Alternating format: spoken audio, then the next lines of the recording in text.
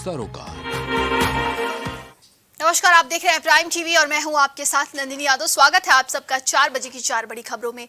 मध्य प्रदेश कांग्रेस के अध्यक्ष कमलनाथ के बयान को लेकर समाजवादी पार्टी के मुखिया अखिलेश यादव भड़क गए हैं।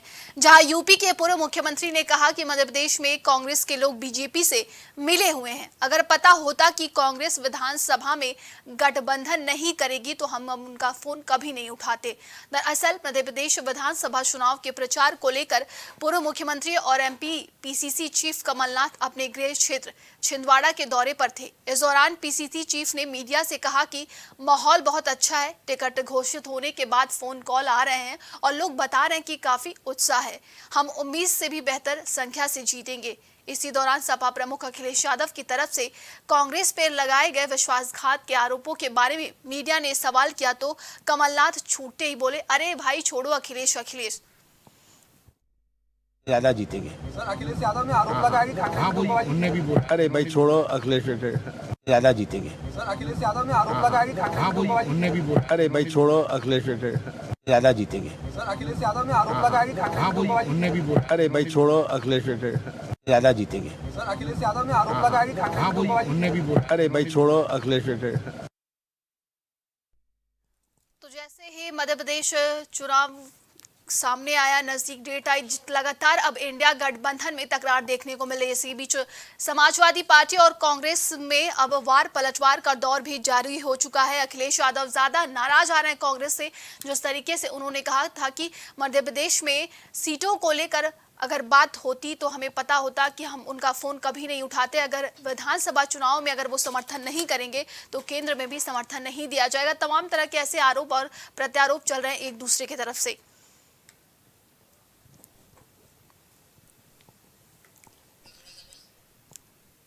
तो जैसे जैसे चुनाव नजदीक आते जा रहे हैं वैसे ही पार्टियों में तकरार देखने को मिल रही है। इसी बीच अब मध्य प्रदेश चुनाव को लेकर जिस तरीके से समाजवादी पार्टी में और कांग्रेस में तकरार देखने को मिल रही है, वहीं ये दोनों पार्टियां एक दूसरे पर अब वार पलटवार कर रही हैं। इंडिया गठबंधन को लेकर तमाम तरह की बातें भी अब सामने आ रही है। वहीं पर अखिलेश यादव ने ये बड़ा बयान दिया है कि उन्हें पता होता कि वो समर्थन नहीं करेंगे तो कभी भी इंडिया गठबंधन में वो शामिल नहीं होते।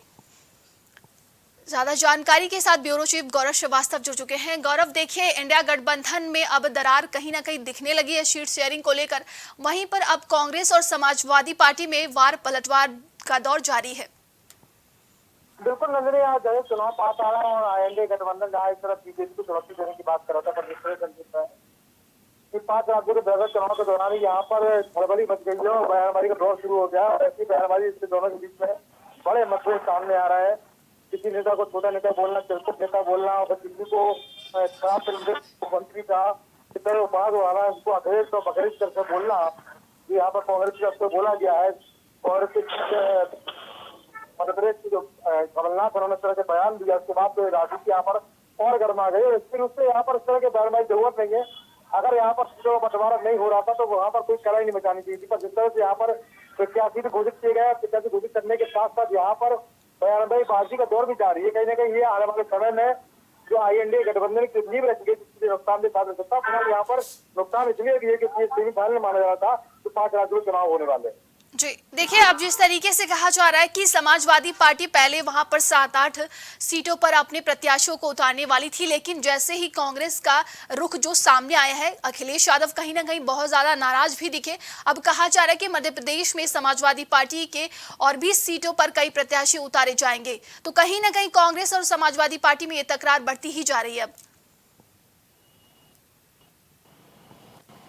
देखिए लगातार यहाँ पर तकरार बढ़ती जा रही है। इसका कारण केवल यहाँ ये है कि यहाँ पर बयानबाजी कांग्रेस पार्टी के खिलाफ यहाँ पर मध्य प्रदेश में हम देख रहे हैं कि समाजवादी पार्टी के द्वारा 31 प्रत्याशी पहले उतारे गए थे और 2 प्रत्याशी कल उतार दिए गए हैं। कुल मिलाकर 33 प्रत्याशी अब तक घोषित कर दिए गए हैं और उसके बाद भी लगातार रार चल रही, क्योंकि यहाँ पर जिस तरह से अखिलेश यादव ने कल भी कहा था कि छोटे जाति के नेता उनको रोकना चाहिए, उनको मना करना चाहिए, इस तरह बयानबाजी ना करें।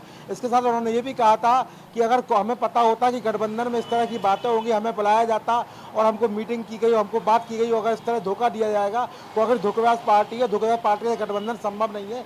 भविष्य के लोकसभा चुनाव में देखेंगे, पर विधानसभा चुनाव में यहाँ पर जिस तरह कांग्रेस पार्टी ने हमारे साथ किया है वैसा ही परिणाम उनको यूपी में भी हम करके दिखाएंगे। तो कहीं ना कहीं यहाँ पर रार बड़ी हो गई और जिस तरह से आज MP PCC चीफ कमलनाथ ने भी यहाँ पर जिस तरह से अखिलेश के बात पर प्रश्न पूछने पर पत्रकारों से कहा और अखिलेश बखलेश बोला, अखिलेश बखलेश छोड़िए, आगे की बात करिए, तो कहीं ना कहीं स्पष्ट करता है कि यहाँ पर रार बड़ी हो चुकी है। और जिस तरह की बयानबाजी आ रही है वो बयानबाजी फिलहाल INDA गठबंधन के लिए शुभ सूचक नहीं है। और खासतौर पर समाजवादी पार्टी, कांग्रेस पार्टी, अगर दोनों पार्टियों के बीच में अगर इस तरह रार बढ़ रही है, कलह बढ़ रही है, तो आने वाले समय में इंडिया गठबंधन का स्वरूप क्या होने वाला है, ये सोचने वाली बात होगी।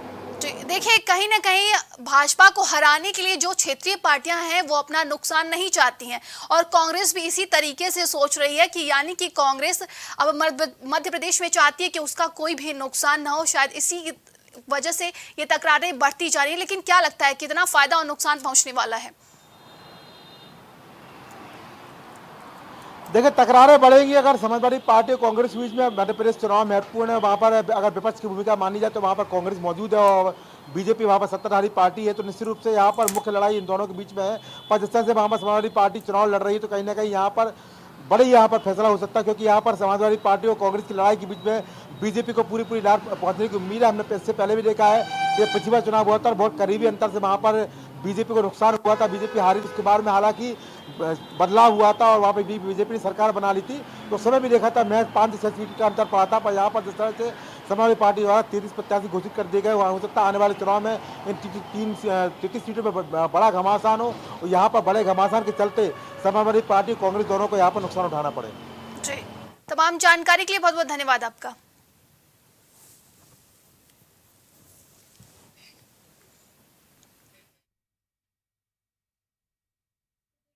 से लगातार अब वार पलटवार का दौर जारी है। वहीं पर विपक्ष लगातार ये कहता चला आया था कि आने वाले वक्त में ये देखा जाएगा, इंडिया गठबंधन में तकरार देखने को मिलेगी, और वही होता हुआ नजर आ रहा है। जिस तरीके से समाजवादी पार्टी और कांग्रेस में वार पलटवार का दौर लगातार जारी है। मध्य प्रदेश विधानसभा चुनाव को लेकर सभी राजनीतिक दलों ने तैयारियां तेज कर दी हैं। पार्टियों ने अपने प्रत्याशियों को चुनावी मैदान में उतारना शुरू कर दिया है।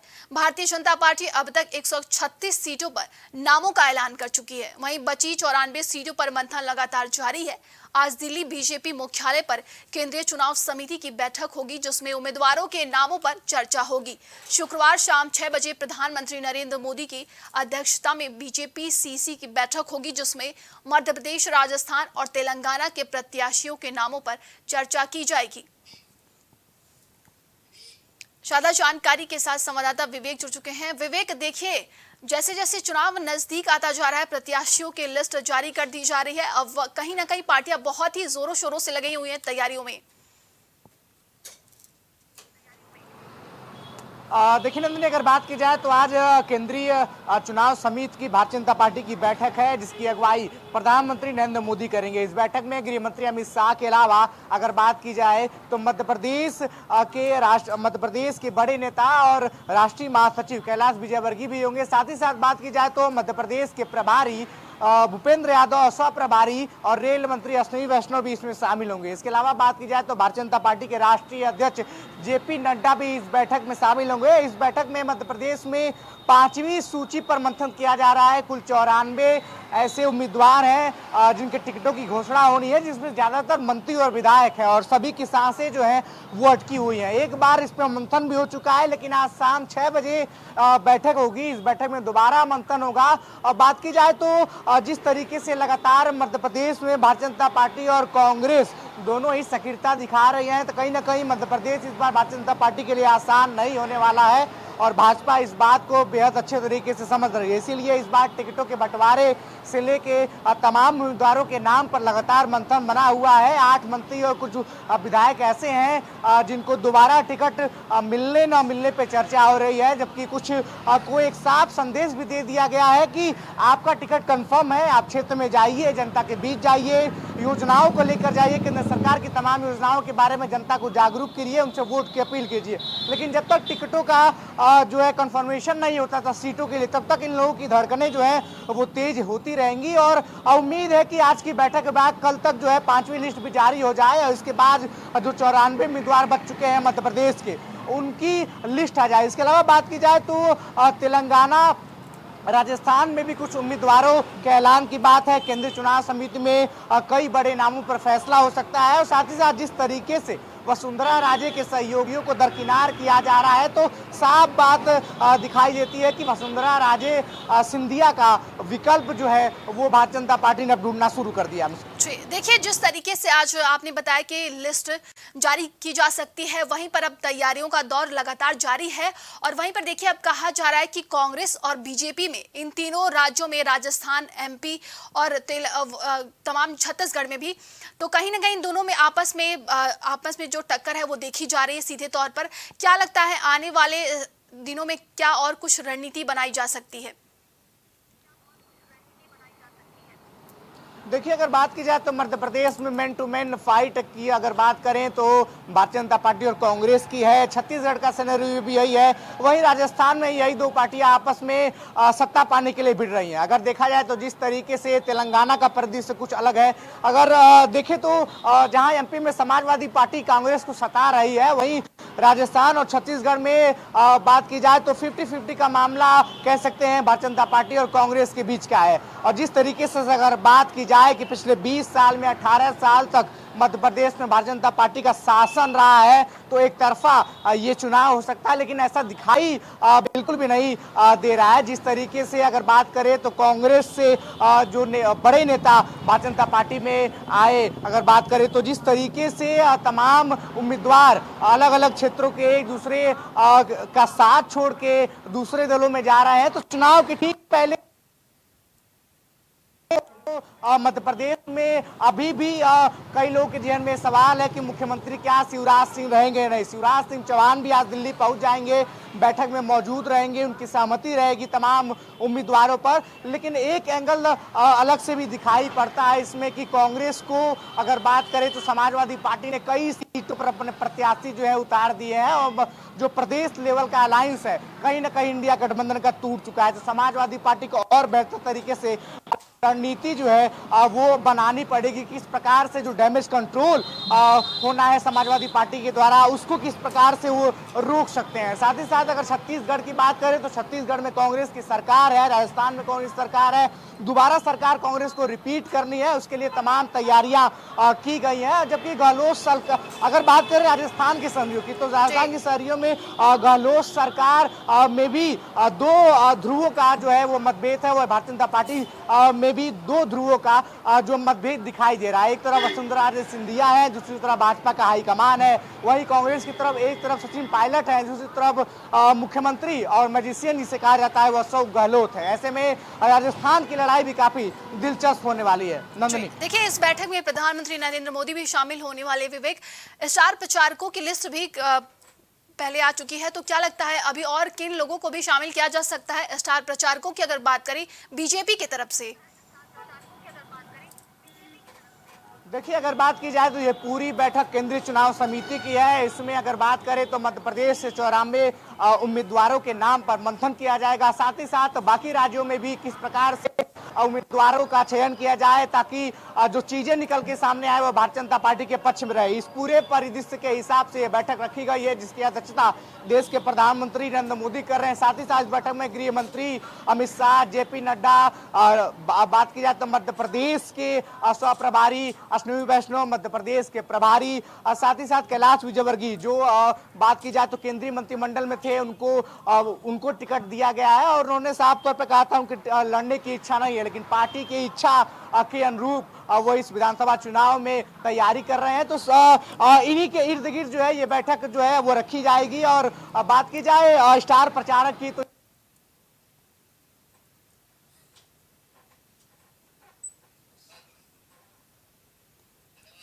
पहले नंबर पे है। साथ साथ गृह मंत्री के अलावा तमाम ऐसे स्टार प्रचारक हैं जो पिछले चुनाव में बात की जाए तो भारतीय जनता पार्टी का प्रचार प्रसार कर चुके हैं, जनसभाएं कर चुके हैं, उनको मौका दिया जाएगा। तमाम जानकारी के लिए बहुत बहुत धन्यवाद आपका।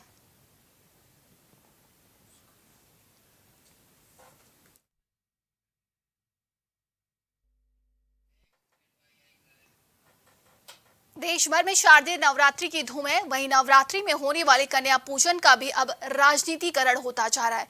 सभी पार्टियों में कन्या पूजन के जरिए महिला वोटरों और ब्राह्मणों को साधने की कवायद में लगी हुई है। वहीं लोकसभा चुनाव के पहले भाजपा भी महिला वोटर पर फोकस कर रही है। नवरात्रि पर भाजपा हर मंडल में कन्या पूजन के कार्यक्रम कराएगी। सभी विधानसभा क्षेत्रों में महिला सम्मेलन कराए जाएंगे। भाजपा महिला मोर्चा को इस कार्यक्रम की जिम्मेदारी दी गई है। इसके लिए बीजेपी संगठन के सभी 6 क्षेत्रों में 98 संगठनात्मक जिलों और 1918 मंडलों पर संयोजक बनाकर उनकी अगुवाई में एक टीम बना दी गई है। इससे पहले कांग्रेस पार्टी के प्रदेश अध्यक्ष ने लखनऊ में कन्या पूजन किया था। ज्यादा जानकारी के साथ संवाददाता पवन जुड़ चुके हैं। पवन, देखिए, महिला वोटरों को साधने के लिए अब कन्या पूजन एक राजनीतिकरण बनाया जा रहा है। जिस तरीके से तैयारी की जा रही है सभी पार्टियों की तरफ से। बिल्कुल, देखिए नंदिनी, जिस तरीके से अब पूरे देश में इस समय शारदीय नवरात्रि की धूम मची हुई है। अगर हम पूरे तस्वीरों की बात करें तो जिस तरीके से आने वाले दिनों में लोकसभा चुनाव की तैयारी है, ऐसे में कन्या पूजन कहीं न कहीं राजनीतिकरण का एक हिस्सा बनता जा रहा है। जिस तरीके से प्रदेश की राजधानी में भारतीय जनता पार्टी के द्वारा कन्या पूजन का कार्यक्रम का आयोजन किया गया, लेकिन अगर आज हम प्रयागराज की बात करें तो प्रयागराज में आज एक संस्था के माध्यम से यहाँ पर कन्या पूजन का आयोजन किया गया और इसी मलिन बस्ती है, इसमें कन्या पूजन का आयोजन किया गया। हालांकि पूरे कार्यक्रम के दौरान प्रदेश के कैबिनेट मंत्री नंद गोपाल गुप्ता नंदी को भी शामिल हुए। उन्होंने बच्चों को अपने हाथों से प्रसाद खिलाया है, उन्होंने बच्चों को उपहार दिए हैं। तो ये बिल्कुल तस्वीरें साफ तौर पर दिखा रही है कि किस तरीके से शारदीय नवरात्र में कन्या पूजन का जो विशेष महत्व है वो देखा जा रहा है। लेकिन अब जिस तरीके से तमाम स्थानों पर भारतीय जनता पार्टी द्वारा ये कार्यक्रम का आयोजन किया जा रहा है, तो कहीं न कहीं ये कहा जा रहा है कि आने वाला लोकसभा चुनाव में ये महिलाओं को और कन्याओं को अपनी ओर जोड़ने का या अपनी ओर आकर्षित करने का या भारतीय जनता पार्टी की ओर जोड़ने का एक बड़ा कदम भी कहा जा सकता है। लेकिन अगर आज हम प्रयागराज की बात करें, आज प्रयागराज में संस्था के माध्यम से इस कार्यक्रम का आयोजन किया गया है। पहले तो हम अपने दर्शकों को ये तस्वीरें दिखाएंगे। ये देखिए किस तरीके से यहाँ पर दर्जनों सैकड़ों की संख्या में छोटी छोटी कन्याएं बैठी हुई हैं। इनके माथे पर आपको जय माता दी की एक पट्टी नजर आ रही होगी और हाथों में उपहार और चेहरे पर वो मुस्कुराहट नजर आ रही होगी, जो अमूमन हर बच्चों के पास उपहार मिलने के बाद मिलती है। वैसे तो कहा जाता है कि नवरात्रि में कन्या पूजन इसलिए किया जाता है कि माँ दुर्गा का छोटी छोटी कन्याओं में वास होता है। लेकिन जिस तरीके से आज प्रयागराज में इस तरीके से कन्या पूजन का आयोजन किया गया और यहाँ पर कैबिनेट मंत्री नंद गोपाल गुप्ता नंदी भी उन्होंने आकर कार्यक्रम में अपना सहयोग दिया, बच्चों को अपने हाथों से उपहार बांटे। तो निश्चित रूप से जो बच्चों के अंदर बातें थी, हमने जब उनसे बातचीत किया तो उन्होंने बताया कि कैबिनेट मंत्री नंद गोपाल गुप्ता नंदी ने बीते वर्ष दीपावली के अवसर पर इन मलिन बस्ती के बच्चियों को मॉल में ले गए, वहां पर बच्चों को उनके पसंद के कपड़े दिलवाए, उनको शॉपिंग करवाई और इस बार भी उन्होंने बच्चों से वादा किया है कि करीब प्रयागराज से करीब 15 बसों में बच्चों को बैठाया जाएगा, उनको राजभवन ले जाएगा, राज्यपाल से उनकी मुलाकात करवाई जाएगी, राज्यपाल के साथ वो रात्रि का भोज करेंगे। तो निश्चित रूप से प्रयागराज की अगर हम बात करें तो किस तरीके से तस्वीरें हैं, हम बातचीत करेंगे। बच्चे यहाँ पर हैं, आज आप लोगों के बीच में कैबिनेट मंत्री है, कैसा लगा आपको, क्या कहा उन्होंने? उन्होंने वादा करके गया, यहाँ कन्या पूजन किए और हमें कन्या पूजन पर कुछ उपहार देकर गए और हमें कहीं घुमाने ले जाने पर वादे किए। पिछली बार आप लोगों को मॉल में ले गए थे, क्या खरीदा था आपने? कपड़े और जूते खरीदवाए थे। और भी बच्चे हम बातचीत करेंगे। बेटा कैसा लग रहा है, आप आज यहाँ पे आपके पास उपहार है, आपका पूजन किया गया? बहुत अच्छा लगता है। क्या कहेंगे, यहाँ पे मंत्री जी आए थे? बोल रहे थे अगली बार जब हम आएंगे तो आप लोग से घुमाने ले जाएंगे। बिल्कुल नंदिनी, एक और तस्वीर है मैं आपको दिखाऊंगा। देखिए अगर यहाँ अगर बच्चों की बात की जाए तो करीब सैकड़ों से ज्यादा बच्चे हैं और ये कहा जाता है कि नवरात्रि में कन्या पूजन का अपना एक विशेष महत्व है और यह ऐसी मान्यता है कि छोटी छोटी कन्याओं में माँ दुर्गा का वास होता है। जिस तरीके से यह संस्था है, मैं आपको एक संस्था की भी तस्वीर दिखाऊंगा और ये आपको तस्वीरें नजर आ रही होंगी कि ये उपहार के पैकेट रखे गए हैं जो प्रदेश के कैबिनेट मंत्री नंद गोपाल गुप्ता नंदी ने इन बच्चों के बीच में वितरण करने के लिए दिया है और उन्होंने अपने हाथों से बच्चों को उपहार भी दिए हैं और ये विशाल संकल्प संस्था के माध्यम से इस कार्यक्रम का आयोजन किया गया। ये जो संस्था है ये किस तरीके की संस्था है, इस पर किस तरीके के कार्य होते हैं, इस संस्था की संचालिका हम उनसे बातचीत करेंगे। मैम, सबसे पहले तो आपको बहुत बधाई, आपने इतना अच्छा काम किया है, इतने बच्चों को आपने यहाँ पे उपहार दिया है, कैबिनेट मंत्री से उनकी मुलाकात करवाई है, क्या उद्देश्य आपका और ये संगठन का?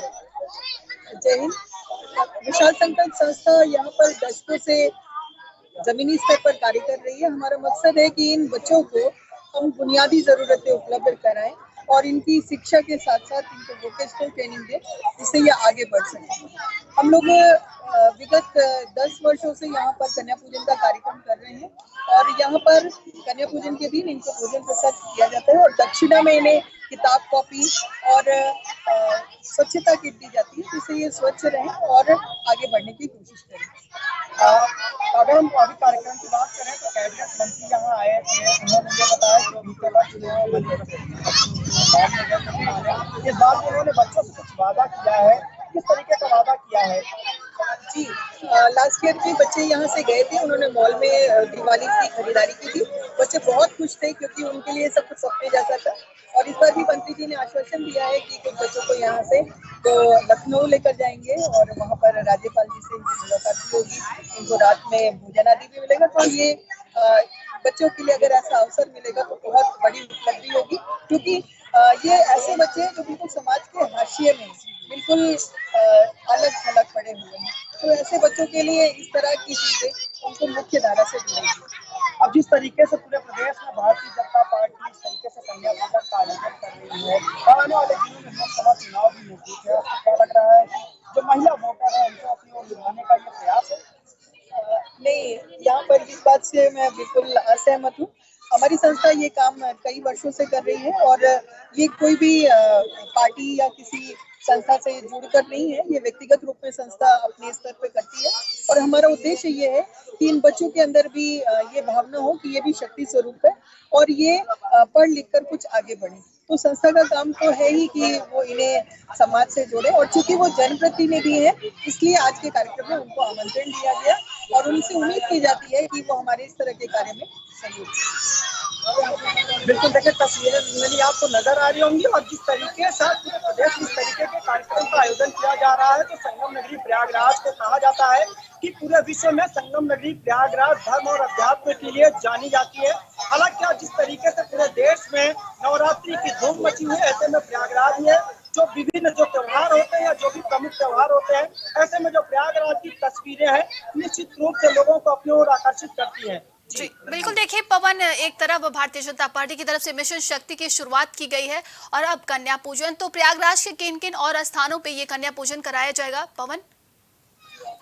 बिल्कुल, देखिए तो सबसे पहले तो जिस तरीके से हमने भी आपको बताया कि प्रयागराज में जब भी कोई विशेष दिन होता है या कोई प्रमुख त्योहार होता है तो प्रयागराज की जो तस्वीरें हैं वो पूरे विश्व में लोगों के लिए आकर्षण का केंद्र होती है और निश्चित रूप से इसीलिए पूरे प्रयागराज को विश्व में माना जाता है और कहा जाता है कि प्रयागराज की ख्याति जो है वो पूरे विश्व में विख्यात है। हालांकि प्रयागराज में तमाम ऐसे आयोजन है जो लोगों को अपनी ओर आकर्षित करते हैं और निश्चित रूप से विभिन्न जगह पर इस तरीके के कार्यक्रमों का आयोजन किया जा रहा है जहां पर कन्या पूजन का आयोजन किया जाएगा क्योंकि ऐसी मान्यता है कि नवरात्रि में कन्या पूजन करने से मां दुर्गा प्रसन्न होती है और ये भी कहा जाता है कि छोटी छोटी कन्याओं में मां दुर्गा का वास होता है और प्रयागराज के कई स्थानों पर इस तरीके के जो कार्यक्रम है उनका आयोजन किया जा रहा है। जी, तमाम जानकारी के लिए बहुत बहुत धन्यवाद आपका पवन।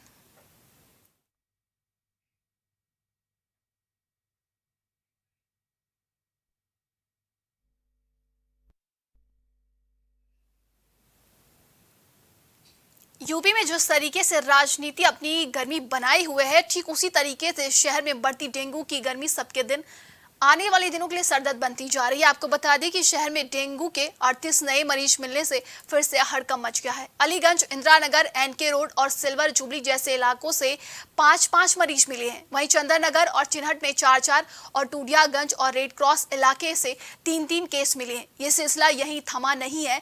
गोसाईगंज और काकोरी में भी एक मरीज मिला जो प्रशासन की नाकामी की पोल खोलते हुए नजर आ रहे हैं। डेंगू के बढ़ते प्रकोप को देखते हुए प्रशासन ने 14 घरों घरों में मच्छर पनपने की स्थिति मिलने पर नोटिस भी जारी किया। जिले में इस साल डेंगू मरीजों का आंकड़ा 1100 पार कर चुका है, लेकिन प्रशासन का यह ढीला रवैया कहां तक ठीक है, ये तो जनता को तय करना है।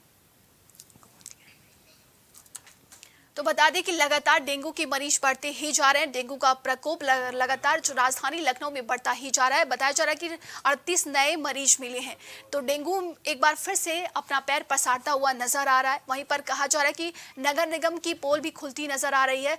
लगातार प्रशासन की तरफ से बड़ी लापरवाही सामने आई है फॉगिंग को लेकर, और जो तमाम तरह की व्यवस्थाएं दी जाती हैं, तो प्रशासन की भी कहीं ना कहीं जिम्मेदारी बनती है कि वो लोगों तक वो सुविधाएं पहुंचाएं जिससे आम जनता को परेशानी ना हो।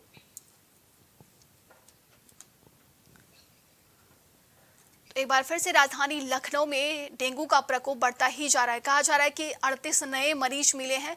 शहर के तमाम अलग अलग इलाकों से नए मरीज मिलते जा रहे हैं। वहीं पर कहीं ना कहीं जो तरीके से नए मरीज जो मिल रहे हैं, प्रशासन की जिम्मेदारी बढ़ती है कि वो तमाम तरह की सुविधाएं उपलब्ध कराएं और लोगों को परेशानी ना हो और इससे बचा जा सके।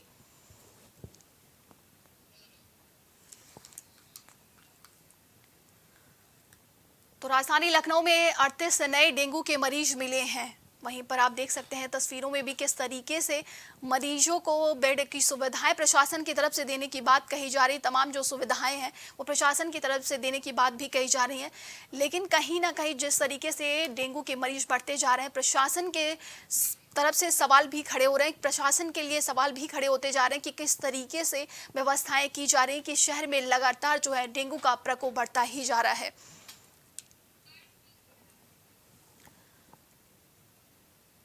वहीं पर बता दें कि प्रशासन की तरफ से डेंगू के बढ़ते प्रकोप के देखते हुए 14 घरों में मच्छर पनपने की स्थिति मिलने पर नोटिस भी जारी किया गया है। जिले में इस साल डेंगू मरीजों का आंकड़ा 1100 पार हो चुका है, लेकिन प्रशासन का ये ढीला रवैया कहां तक ठीक है, ये तो जनता को ही तय करना है। कहा जा रहा है लगातार 38 मरीज नए मिले हैं और डेंगू अपना पैर पसारता हुआ ही नजर आ रहा है। राजधानी लखनऊ का ये पूरा मामला बताया जा रहा है।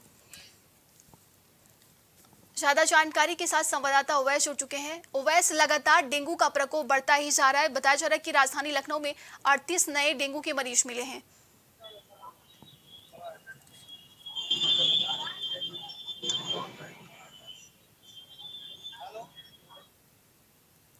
ओवैस, आप तक आवाज पहुंच रही है क्या? तो बता दें कि एक बार फिर से डेंगू अपना पैर पसारता हुआ नजर आ रहा है। राजधानी लखनऊ में लगातार डेंगू के मरीज बढ़ते ही जा रहे हैं। वहीं कहा जा रहा है कि अलग अलग इलाकों से डेंगू के नए नए मरीज मिले हैं।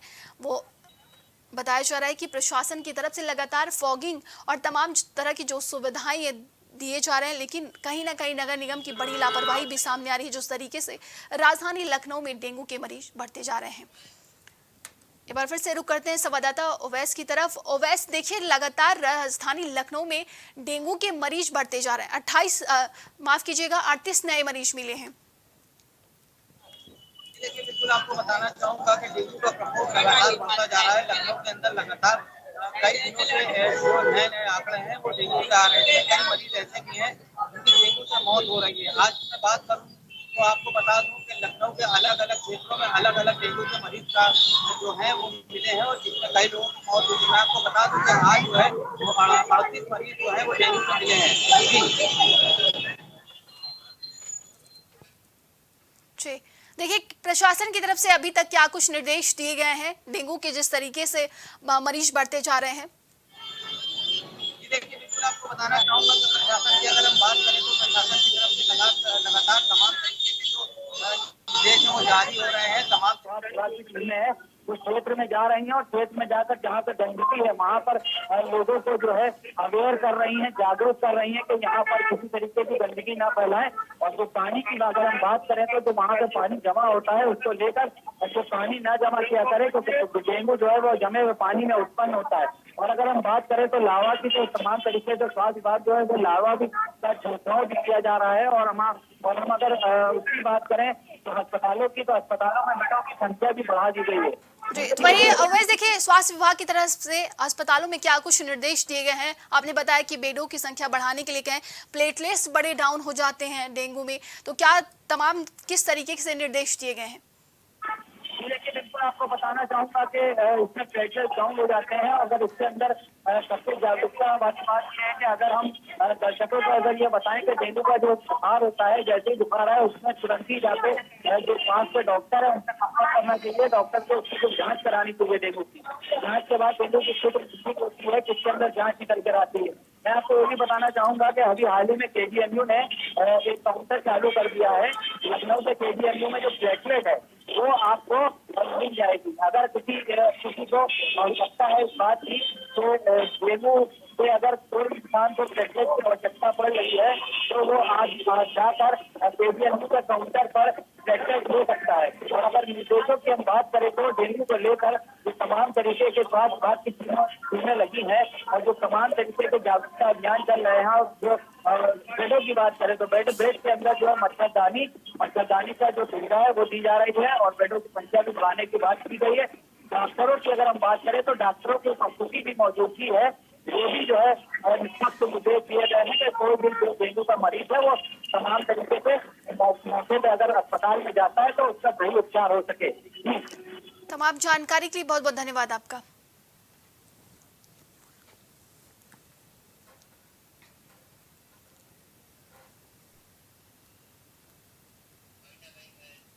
तो आज के लिए 4 बजे की 4 बड़ी खबरों में बस इतना ही। देश और दुनिया की तमाम खबरों के लिए आप देखते रहिए प्राइम टीवी। कुछ भाव पुष्प। आप देख रहे हैं प्राइम टीवी, सच साहस सरोकार।